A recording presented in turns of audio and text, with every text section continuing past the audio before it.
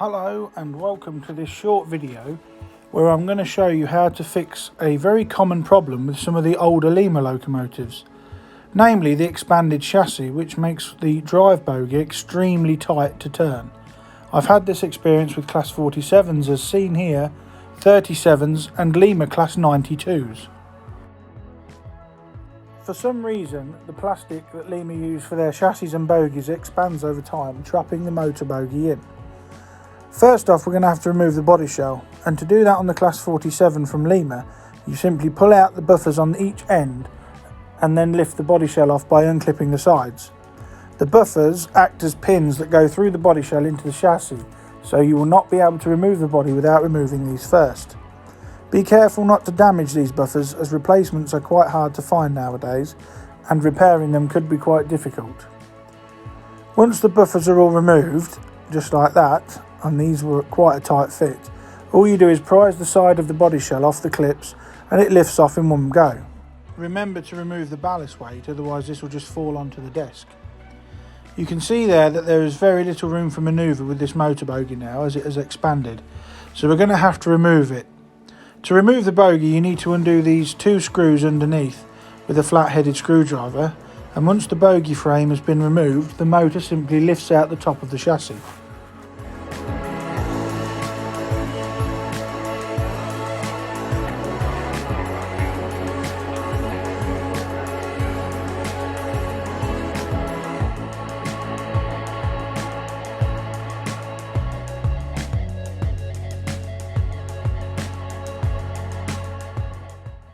Now that the motor bogie is removed, we're going to gently sand this small lip only by 1 or 2 millimeters, and that would hopefully allow the motor bogie to rotate freely in the chassis again.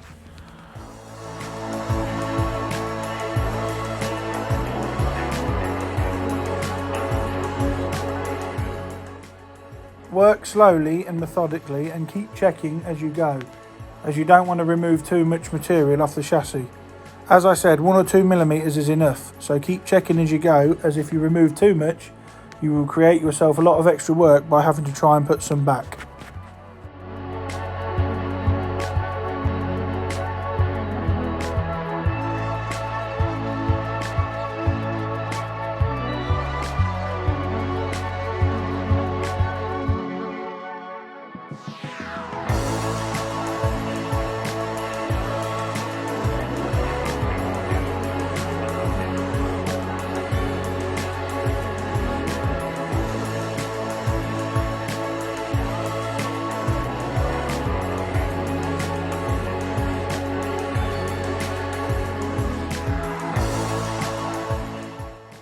If the sandpaper is too fine and the job is taking too long, you can use a fine rat tail file, as I'm doing here, just to remove a bit extra and then finish up with the sandpaper again.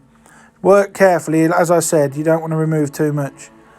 The file will leave slight grooves in the chassis, so just tidy it up with the fine sandpaper and then test fit the motor again, and we're not too far away from rectifying this Class 47.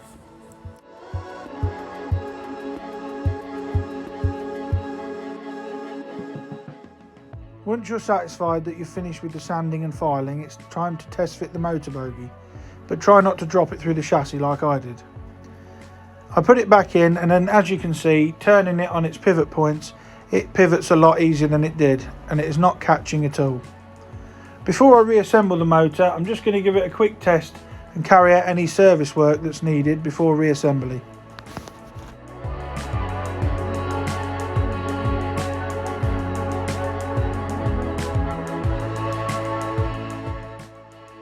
To reassemble the model, you put the motor bogie back in the chassis and then reattach the motor bogie frame with the 2 screws that we undid earlier on. The one good thing about doing maintenance and repairing Lima locomotives is their simplicity. Unlike modern locos, there is no DCC interface or lighting electrics to worry about when disassembling these locos.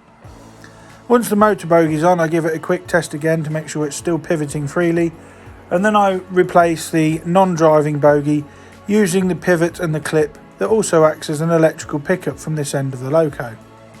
Once that's in place, it's a simple case of putting the ballast weight back in, then the body shell, and then refitting the buffers at each end, and then we'll give this 47 a quick whiz round my son's temporary layout just to make sure it's all running.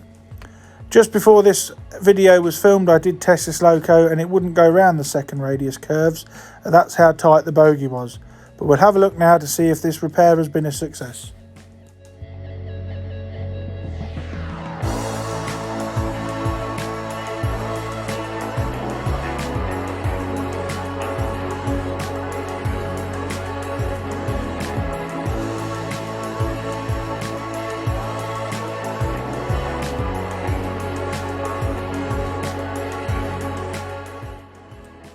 Well, we have a success.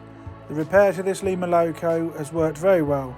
Considering this 47 wouldn't even tackle these second radius curves before, the bogie was simply too stiff in the expanded chassis.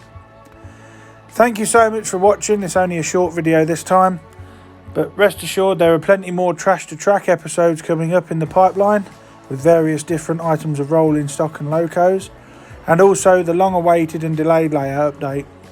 I would have had that out by now, but due to the cold weather, Christmas and New Year, I just haven't had time to do any work on the layout, but I hope to rectify that in the next 2 or 3 weeks. Thank you for all your support throughout 2021, and there'll be more content coming soon. Thank you so much for watching. Please like, share and subscribe, and I'll see you again soon.